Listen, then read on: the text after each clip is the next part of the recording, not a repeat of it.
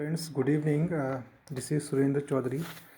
जैसा कि हम हमारे व्हाट्सएप ग्रुप में बहुत सारे स्टॉक मार्केट रिलेटेड अपडेट्स को देखते ही हैं, एंड मैं आपको लगातार क्वार्टरली रिजल्ट्स की अपडेट्स भी दे रहा हूँ। प्लस कल मैंने ऑटो की मंथली सेल्स भी पोस्ट की थी। Every end of the month, यानी कि एंड ऑफ द मंथ में सभी ऑटोमोबाइल कंपनीज़ की मंथली सेल पब्लिश होती है। तो in the starting of the next month आपको उनके नंबर्स देखने को मिल जाते हैं। उससे हमें पता चलता है कि वो ऑटो कंपनी ने पिछले महीने कैसा परफॉर्म किया है, और नेक्स्ट मंथ के लिए थोड़ा बहुत हमें आइडिया लग जाता है कि कोई कंपनियां कैसा परफॉर्म करने वाली है। ठीक है, इससे पहले कि हम कुछ और डिस्कस करें, एक बार देख लेते हैं आज का मार्केट कैसा रहा। निफ्टी 50 आज फिर लगातार, कल हमारे यहाँ बजट था, राइट। तो बजट को बाज़ार ने काफ़ी पॉजिटिव लेते हुए, कल भी बाज़ार लगभग 1.25% भागा था, और आज फिर ज़बरदस्त रैली करते हुए 1.16% अप। निफ्टी बैंक ने भी अब दौड़ना शुरू कर दिया है। पिछले लगातार पिछले एक साल से निफ्टी बैंक कंसोलिडेट ही कर रहा है। अगर आप निफ्टी बैंक का चार्ट उठा के देखेंगे तो आप यू विल सी कि कुछ ऐसे स्टॉक्स हैं, दिग्गज स्टॉक्स निफ्टी बैंक के, फॉर एग्जांपल HDFC बैंक, उसने पूरे साल में कुछ रिटर्न्स दिए ही नहीं हैं। ठीक है, एंड जो HDFC बैंक है that is the biggest bank, right, that is the biggest contributor of the Nifty bank. तो आज चौतरफा रैली हमने देखी है, बहुत सारे बैंकिंग स्टॉक्स ने भी दौड़ना शुरू कर दिया है। ठीक है, तो निफ्टी 50 पॉजिटिव है, निफ्टी बैंक पॉजिटिव है। और अगर हम देखें advance and decline ratio, friends, advance and decline ratio का मतलब होता है आपके निफ्टी 50 जिन स्टॉक से बना है उसमें से कितने स्टॉक्स एडवांस कर रहे थे और कितने डिक्लाइन कर रहे थे, कितने गिर रहे थे। तो इससे हमें ये पता चलता है कि ओवरऑल मार्केट के सेंटिमेंट्स कैसे हैं, राइट। अगर मेजॉरिटी ऑफ स्टॉक्स भाग रहे हैं, राइट, दैट मीन्स कि जो तेज़ी है वो ओवरऑल तेज़ी है, राइट। ऐसा नहीं है कि there are certain specific stocks which are running and which are pulling the market. ठीक है, कई बार क्या होता है, जो हाई वेटेज स्टॉक्स होते हैं, फॉर एग्जांपल HDFC बैंक, ठीक है, जो आपका फिनेंशियल सेक्टर जो है that contributes around 37%, okay, of the market. Nifty का जो 50 स्टॉक्स हैं उसका 37% फिनेंशियल सेक्टर कंट्रीब्यूट करता है। तो अगर फिनेंशियल सेक्टर में तेज़ी होती है तो निफ्टी 50 में भी तेज़ी होती है। और फिनेंशियल सेक्टर के अंदर भी स्पेसिफिकली HDFC का कंट्रीब्यूशन बहुत ज़्यादा है, आई थिंक 10% के आसपास है, और रिलायंस का भी 10%। तो अगर ये दो शेयर्स भी किसी दिन 10% भी भाग जाएं तो भी मार्केट आपको काफ़ी ऊपर जाता हुआ दिखेगा, which may not be the case with other shares. ठीक है, इसलिए हमें हमेशा एडवांस एंड डिक्लाइन रेशियो देखना होता है, सो दैट हमें पता चले कि कुछ स्पेसिफिक स्टॉक्स भाग रहे हैं या फिर तेज़ी पूरे मार्केट की है। तो अभी हम देख सकते हैं कि तेज़ी पूरे मार्केट में है। 78% of the stocks in the Nifty 50 are advancing and just 22% stocks are declining.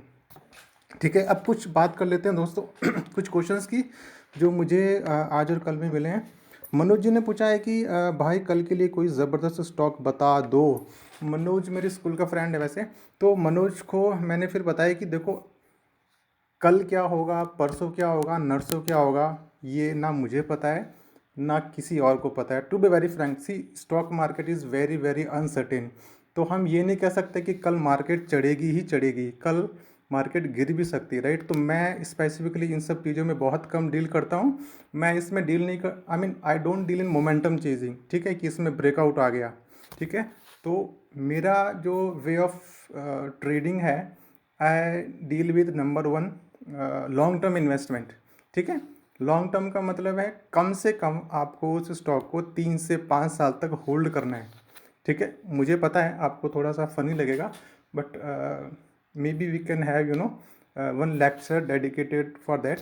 ठीक है, first is long term investment, second is swing trading. ठीक है, स्विंग ट्रेडिंग में क्या करेंगे, we usually keep the target of 10 to 12%। ठीक है, जैसे ही मुझे वो 10 से 12% उस स्टॉक में मिल गए, मैं उसमें प्रॉफिट बुक कर लूँगा। ठीक है, long term investment, number 2 swing trading, and number 3 is FNO।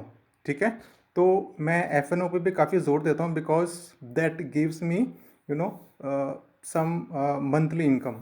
ठीक है, महीने के महीने मुझे कुछ इनकम चाहिए। Long term investment is not something which I can book profit very frequently. ठीक है, तो भाई मनोज ऐसा कुछ होता नहीं है कि ये स्टॉक भागेगा। अगर किसी को पता हो कि ये स्टॉक भागेगा ही भागेगा तो आई थिंक सारे लोग उसी में इन्वेस्ट कर दें और प्रॉफिट कमा लें। ठीक है, क्योंकि मतलब सी स्टॉक हो सकता है स्टॉक के प्रॉफिट्स अच्छे हों, कुछ रिजल्ट्स वगैरह अच्छे आए हों, लेकिन केवल उस स्टॉक पे ही डिपेंड नहीं करता। अगर ग्लोबली कोई न्यूज़ है तो आपका अगर पूरा मार्केट गिर रहा है तो वो स्टॉक को भी कोई नहीं बचा सकता। ठीक है, और जो भी इस टाइप के गुड न्यूज़ अगर किसी स्टॉक में होती भी है तो आपके प्री ओपन सेशन में वो पहले ही जो है 5-10% भाग चुका होता है, एंड देर आर चांसेस कि जैसे ही मार्केट ओपन हो उसमें फिर से प्रॉफिट बुकिंग आ जाए। तो प्लीज़ प्लीज़ प्लीज़ कभी भी किसी स्टॉक के पीछे भागे ना। Okay, and believe in long term investment. Next question है संदीप जी का, how much capital is required to start F and O. Okay, see F and O एक बहुत बड़ा सब्जेक्ट है अपने आप में, and it's really very very risky to start investing in F and O without knowledge. ठीक है, तो एफ.एन.ओ में 4 पार्ट है बेसिकली, पुट सेल करना, पुट बाय करना, कॉल सेल करना और कॉल बाय करना। ठीक है, ये 4 टाइप के ट्रेड्स उसके अंदर होते हैं। ठीक है, तो अगर आप पुट या कॉल बाय कर रहे हैं तो उसमें आपको बहुत कम कैपिटल चाहिए होता है। ठीक है, 5,000, 10,000, 15,000। Okay, that again depends on the stock जिसका आप कॉल या पुट बाय कर रहे हैं। ठीक है, सेकेंड इज आपका पुट या कॉल को सेल करना। ये पुट और कॉल क्या है ये सब मैं तसल्ली से आपको कभी समझाऊंगा। ठीक है, अभी जस्ट मैं संदीप जी को आंसर कर देता हूँ। ठीक है, तो जब हम कॉल या पुट को सेल कर रहे हैं that will require at least 1.5 to 2 lakhs। ठीक है, अगर आप एक भी ट्रेड ले रहे हैं सेल कर रहे हैं एफ.एन.ओ के अंदर you would require 1.5 to 2 lakhs of amount. ठीक है, अगर आप 5 से 10 ट्रेड्स लेना चाहते हैं तो 10 लाख 15 लाख आपको इन्वेस्ट करने पड़ेंगे। ठीक है, अगेन डिपेंड करता है स्टॉक टू स्टॉक। ठीक है, कुछ पुट्स आप 60,000 में भी सेल कर सकते हैं। ठीक है, पुट एंड कॉल, लेकिन हर एक स्टॉक की अपनी अपनी अलग होता है। गौरव जी पूछ रहे हैं could you please give me some leads. जैसे कि मैंने मनोज जी को जवाब दिया, गौरव जी लीड्स यहाँ पे नहीं मिलेंगी, मैं आपको एजुकेट करना चाहता हूँ। ठीक है, मैं ये चाहता हूँ पर्सनली कि आप इस चैनल पे आएँ, आप इस प्लेटफॉर्म पे आएँ, सीखें और इस प्लेटफॉर्म को छोड़ दें और अपने आप जो चीज़ें मैं कर पा रहा हूँ आप अपने आप से कर पाएँ।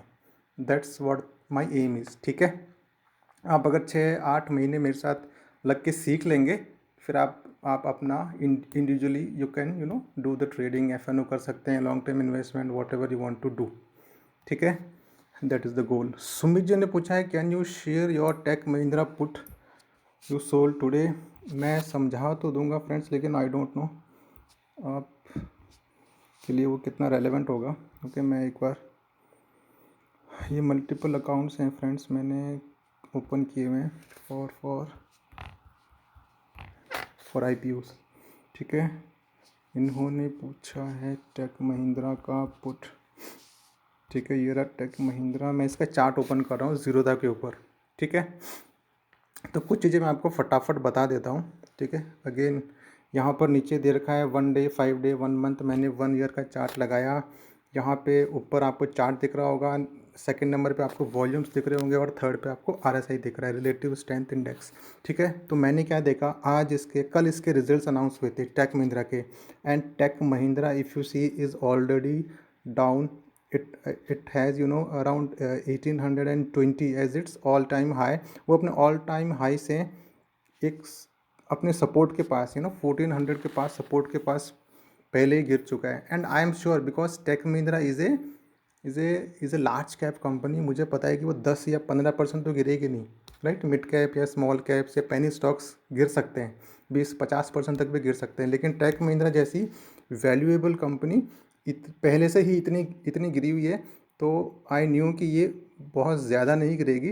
एंड जब मैंने देखा कि रिजल्ट्स को मार्केट इस थोड़ा सा नेगेटिव लेके इसमें 3-4% की गिरावट आ गई थी, देन आई वॉज श्योर कि यहीं पर इसका बॉटम बन जाएगा, तो मैंने उससे 10% का मार्जिन लेते हुए 1300 का आई सपोज एक पुट सोल्ड किया था। ठीक है। ये अगेन कैसे करते हैं कैसे नहीं करते हैं वो मैं आपको बाद में बताऊंगा, और मैंने शायद आधे ही घंटे में इसमें प्रॉफिट बुक कर लिया था। ठीक है, डिटेल में हम और इस पे चर्चा करेंगे। संदीप जी ने और एक सवाल पूछा है, ये रिजल्ट्स कब तक चलेंगे? देखो रिजल्ट्स तो वैसे पूरे क्वार्टर तक चलते रहते हैं, लेकिन जो बड़ी कंपनियां हैं वो ट्राई करती हैं कि स्टार्टिंग के 45 टू 60 डेज़ के अंदर ही रिजल्ट पोस्ट कर दें। ऑल दो ऑफिशियली रिजल्ट्स तो तीसरे महीने में भी आते रहते हैं नेक्स्ट क्वार्टर के। ठीक है, और आप एनएससी की वेबसाइट पर जाके वहाँ पर सारे रिजल्ट्स को डेट्स वगैरह सब कुछ सर्च कर सकते हैं। एंड आई वुड इंसिस्ट कि आपके पोर्टफोलियो में जो भी स्टॉक्स हैं आप उनका प्रॉपरली एक लिस्ट बनाएं, कौन कौन से स्टॉक्स हैं और उनके रिजल्ट्स कब कब आ रहे हैं, सो दैट आप उनके रिजल्ट्स को ट्रैक कर सको। And do analyse the quarterly results your self. ठीक है, उनके रिजल्ट्स की पीडीएफ को खोल के quarter on quarter year on year कितना प्रॉफिट है, कितनी रिवेन्यूज़ हैं, ठीक है, कितना मार्जिन्स में डेंट है या नहीं है, सब कुछ आपको पढ़ना है। Profit before tax, profit after tax, उसका ईपीएस कितना है, and not only for that quarter, आपको उसको लॉन्ग टर्म पिछले जो कई साल हैं उनके साथ कंपेयर करके देखना है कि कंपनी की ग्रोथ उस क्वार्टर में कैसी हुई है। Again we will discuss all these things in very very detail, but I think काफ़ी दिन हो गए थे and you know I think कुछ फ्रेंड्स काफ़ी वेट कर रहे थे कि मैं कुछ पोस्ट कर दूं, because it's not very easy to explain the things on WhatsApp. इसीलिए मैंने जल्दबाजी में एक वीडियो तो बना दिया है। ठीक है, आई होप आपको पसंद आया होगा। पसंद अगर आया है तो प्लीज़ लाइक सब्सक्राइब वो सब आप हमेशा सुनते ही रहते होंगे। ठीक है, thank you guys, thanks, bye bye, see you.